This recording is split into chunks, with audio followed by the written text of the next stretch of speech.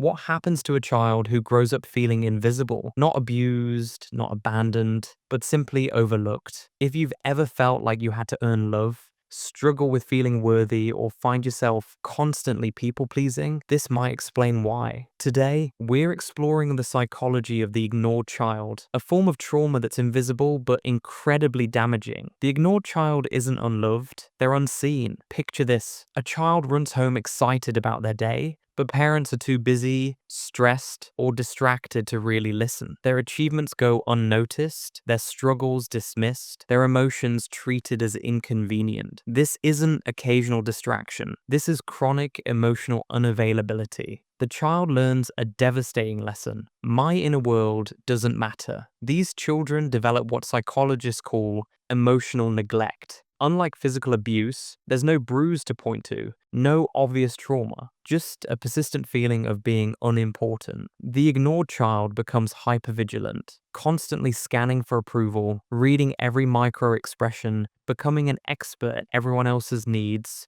while completely losing touch with their own. They learn that love is conditional, that they must earn attention through achievement, or by never being a burden. They grow up believing they're too much and not enough at the same time. Here's what happens in the brain. Children need emotional attunement to develop secure attachment. When caregivers consistently fail to notice, understand, or respond to a child's emotional states, crucial neural pathways don't form properly. The brain literally rewires itself for survival in an emotionally barren environment. Areas responsible for self-worth, emotional regulation, and healthy relationships become underdeveloped. As adults, these children often experience identity confusion. They know everyone else intimately, but have no idea who they are or what they want. Imposter syndrome. That core wound of not mattering makes them feel fraudulent, even when successful. Relationship patterns. They either attract emotionally unavailable partners, recreating the familiar dynamic, or become the eternal giver, terrified of being abandoned. The achievement trap. They become high performers, unconsciously thinking, if I achieve enough, I'll finally matter. But external validation never fills an internal void. Chronic emptiness. Many describe feeling hollow, like they're going through the motions of life without really living. The cruelest part, they often minimize their own experience because